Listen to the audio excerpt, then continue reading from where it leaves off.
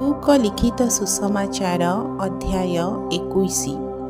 ଏଥିଉତ୍ତାରେ ସେ ଦୃଷ୍ଟିପାତ କରି ଧନୀ ଲୋକମାନଙ୍କୁ ଭଣ୍ଡାରରେ ଆପଣା ଆପଣା ଦାନ ପକାଉଥିବା ଦେଖିଲେ।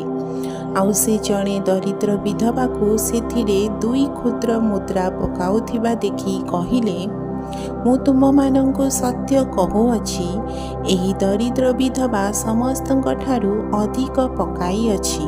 କାରଣ ଏମାନେ ସମସ୍ତେ ଭଣ୍ଡାରରେ ଆପଣା ଆପଣା ଅତିରିକ୍ତ ଧନରୁ କିଛି କିଛି ପକାଇଲେ, କିନ୍ତୁ ଏ ଆପଣାର ଅନାଟନ ଅବସ୍ଥାରେ ନିଜ ପ୍ରାଣ ବଞ୍ଚାଇବା ନିମନ୍ତେ ଏହାର ଯାହା କିଛି ଥିଲା ସେହି ସବୁ ପକାଇଲା।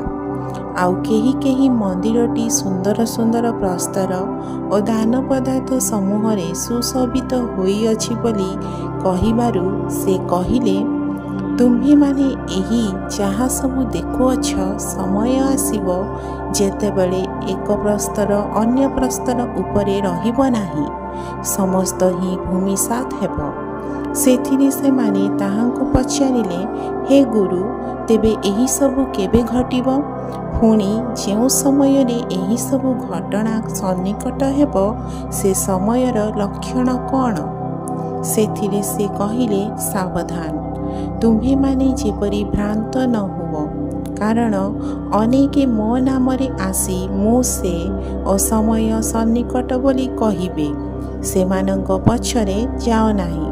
ମାତ୍ର ତୁମ୍ଭେମାନେ ଯେତେବେଳେ ଯୁଦ୍ଧ ଓ ବିପ୍ଳବ ବିଷୟ ଶୁଣିବ, ସେତେବେଳେ ତ୍ରାସଯୁକ୍ତ ହୁଅ ନାହିଁ। କାରଣ ଏହି ସମସ୍ତ ଅବଶ୍ୟ ପ୍ରଥମରେ ଘଟିବ, କିନ୍ତୁ ତତ୍କ୍ଷଣାତ୍ ଯୁଗାନ୍ତ ହେବ ନାହିଁ।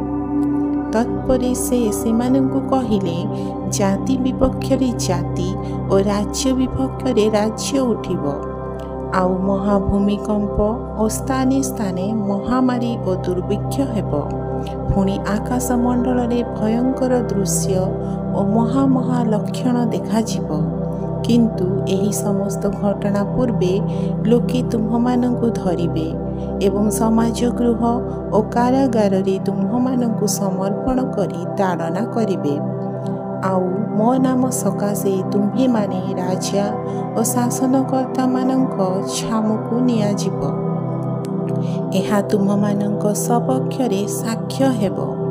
ଅତଏବ କ'ଣ ଉତ୍ତର ଦେବ ସେ ବିଷୟରେ ପୂର୍ବରୁ ଚିନ୍ତା ନ କରିବାକୁ ଆପଣା ଆପଣା ମନରେ ସ୍ଥିର କର। କାରଣ ମୁଁ ତୁମ୍ଭମାନଙ୍କୁ ଏପରି ମୁଖ ଓ ଜ୍ଞାନ ଦେବି ଯେ ତୁମ୍ଭମାନଙ୍କର ସମସ୍ତ ବିପକ୍ଷ ଲୋକ ସେଥିର ପ୍ରତିରୋଧ ବା ପ୍ରତିବାଦ କରିପାରିବେ ନାହିଁ। କିନ୍ତୁ ତୁମ୍ଭେମାନେ ପିତାମାତା, ଭ୍ରାତା, ଆତ୍ମୀୟ ଓ ବନ୍ଧୁବାନ୍ଧବ ମାନଙ୍କ ଦ୍ୱାରା ସୁଦ୍ଧା ସମର୍ପିତ ହେବ। ଆଉ ତୁମ୍ଭମାନଙ୍କ ମଧ୍ୟରୁ ଲୋକେ କାହାରିକି ବଧ କରିବେ। ପୁଣି ମୋର ନାମ ସକାଶେ ତୁମ୍ଭେମାନେ ସମସ୍ତଙ୍କ ଦ୍ୱାରା ଘୃଣିତ ହେବ। କିନ୍ତୁ ତୁମ୍ଭମାନଙ୍କ ମସ୍ତକର କେଶ ହିଁ ନଷ୍ଟ ହେବ ନାହିଁ। ଧୈର୍ଯ୍ୟ ଦ୍ୱାରା ତୁମ୍ଭେମାନେ ଆପଣା ଆପଣା ଜୀବନ ଲାଭ କରିବ। କିନ୍ତୁ ତୁମ୍ଭେମାନେ ଯେତେବେଳେ ଜେରୁସାଲେମକୁ ସୈନ୍ୟ ସାମନ୍ତଙ୍କ ଦ୍ୱାରା ପରିବେଷ୍ଟିତ ଦେଖିବ, ସେତେବେଳେ ତାହା ଉତ୍ସନ୍ନ ହେବା ଯେ ସନ୍ନିକଟ ଏହା ଜାଣିବ। ସେତେବେଳେ ଯେଉଁମାନେ ଯିହୁଦା ପ୍ରଦେଶରେ ଥାଆନ୍ତି, ସେମାନେ ପର୍ବତମାଳାକୁ ପଳାଇ ଯାଆନ୍ତୁ। ପୁଣି ଯେଉଁମାନେ ନଗର ମଧ୍ୟରେ ଥାଆନ୍ତି, ସେମାନେ ପ୍ରସ୍ଥାନ କରନ୍ତୁ।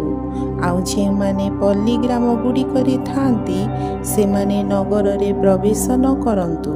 କାରଣ ଲିଖିତ ବିଷୟ ସବୁ ସଫଳ ହେବା ନିମନ୍ତେ ତାହା ସମୁଚିତ ଦଣ୍ଡର ସମୟ ଅଟେ।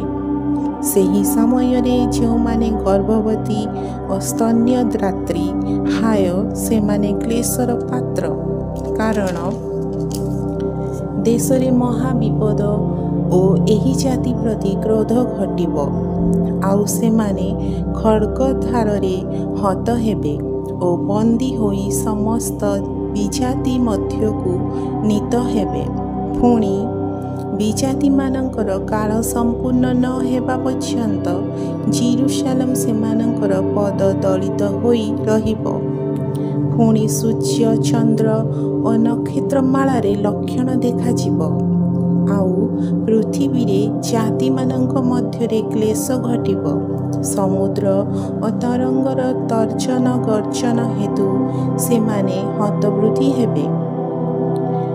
ପୁଣି ଜଗତ ଉପରେ ଆସୁଥିବା ଘଟଣା ସବୁକୁ ଅପେକ୍ଷା କରି ଲୋକେ ମୂର୍ଚ୍ଛିତ ହେବେ, କାରଣ ଆକାଶମଣ୍ଡଳର ଶକ୍ତି ସମୂହ ବିଚଳିତ ହେବେ। ସେତେବେଳେ ଲୋକେ ମନୁଷ୍ୟପୁତ୍ରଙ୍କୁ ମହାପରାକ୍ରମ ଓ ମହାମହିମା ସହ ମେଘରେ ଆଗମନ କରିବା ଦେଖିବେ। କିନ୍ତୁ ଏହି ସମସ୍ତ ଘଟଣା ଆରମ୍ଭ ହେଲେ ତୁମ୍ଭେମାନେ ଊର୍ଦ୍ଧ୍ୱଦୃଷ୍ଟି କର ଓ ମସ୍ତକ ଉତ୍ତୋଳନ କର, ଯେଣୁ ତୁମ୍ଭମାନଙ୍କର ମୁକ୍ତି ସନ୍ନିକଟ। ଆଉ ସେ ସେମାନଙ୍କୁ ଗୋଟିଏ ଦୃଷ୍ଟାନ୍ତ କହିଲେ, ଡିମିରି ପୁଣି ସମସ୍ତ ବୃକ୍ଷ ପ୍ରତି ଦୃଷ୍ଟିପାତ କର। ଯେତେବେଳେ ସେଗୁଡ଼ିକ ପଲ୍ଲବିତ ହେବେ, ସେତେବେଳେ ତୁମ୍ଭେମାନେ ତାହା ଦେଖି ଗ୍ରୀଷ୍ମକାଳ ସନ୍ନିକଟ ହେଲାଣି ବୋଲି ନିଜେ ନିଜେ ଜାଣିଥାଅ। ସେହିପରି ତୁମ୍ଭେମାନେ ମଧ୍ୟ ଏହି ସମସ୍ତ ଘଟଣା ଦେଖିଲେ ଈଶ୍ୱରଙ୍କର ରାଜ୍ୟ ଯେ ସନ୍ନିକଟ, ଏହା ଜାଣ। ମୁଁ ତୁମମାନଙ୍କୁ ସତ୍ୟ କହୁଅଛି, ସମସ୍ତ ନ ଘଟିବା ପର୍ଯ୍ୟନ୍ତ ଏହି ବର୍ତ୍ତମାନ ପୁରୁଷ କୌଣସି ପ୍ରକାରେ ଲୋପ ପାଇବ ନାହିଁ। ଆକାଶ ଓ ପୃଥିବୀ ଲୋପ ପାଇବ, ମାତ୍ର ମୋହର ବାକ୍ୟ ସମୂହ କଦାପି ଲୋପ ପାଇବ ନାହିଁ। କିନ୍ତୁ ତୁମ୍ଭେମାନେ ଆପଣା ଆପଣା ବିଷୟରେ ସାବଧାନ ହୋଇଥାଅ, କାଳେ ତୁମ୍ଭମାନଙ୍କ ହୃଦୟ ମତ୍ତତା ଓ ମଦ୍ୟପାନରେ ପୁଣି ଜୀବିକା ସମ୍ବନ୍ଧୀୟ ଚିନ୍ତାରେ ଭାରଗ୍ରସ୍ତ ହୁଏ, ଆଉ ସେହିଦିନ ହଠାତ୍ ତୁମ୍ଭମାନଙ୍କ ଉପରେ ପଡ଼େ, କାରଣ ତାହା ଫାନ୍ଦ ସ୍ୱରୂପେ ସମଗ୍ର ପୃଥିବୀ ନିବାସୀ ସମସ୍ତଙ୍କ ଉପରେ ଆସିବ। କିନ୍ତୁ ତୁମ୍ଭେମାନେ ଯେପରି ଏହି ସମସ୍ତ ଆଗାମୀ ଘଟଣାରୁ ରକ୍ଷା ପାଇବାକୁ ଓ ମନୁଷ୍ୟପୁତ୍ରଙ୍କ ଛାମୁରେ ଉଭା ହେବାକୁ ସମର୍ଥ ହୁଅ, ଏଥି ନିମନ୍ତେ ସର୍ବଦା ପ୍ରାର୍ଥନା କରି ଜାଗି ରୁହ। ସେ ପ୍ରତିଦିନ ମନ୍ଦିରରେ ଶିକ୍ଷା ଦେଉଥିଲେ, ପୁଣି ପ୍ରତି ରାତ୍ରି ବାହାରି ଯାଇ ଜିତ ପର୍ବତରେ ରହୁଥିଲେ। ଆଉ ସମସ୍ତ ଲୋକ ମନ୍ଦିରରେ ତାହାଙ୍କର ଶିକ୍ଷା ଶୁଣିବା ନିମନ୍ତେ ପ୍ରଭାତରେ ତାହାଙ୍କ ନିକଟକୁ ଆସୁଥିଲେ। ପ୍ରଭୁ ଏ ବାକ୍ୟରେ ଆପଣମାନଙ୍କୁ ଆଶୀର୍ବାଦ କରନ୍ତୁ।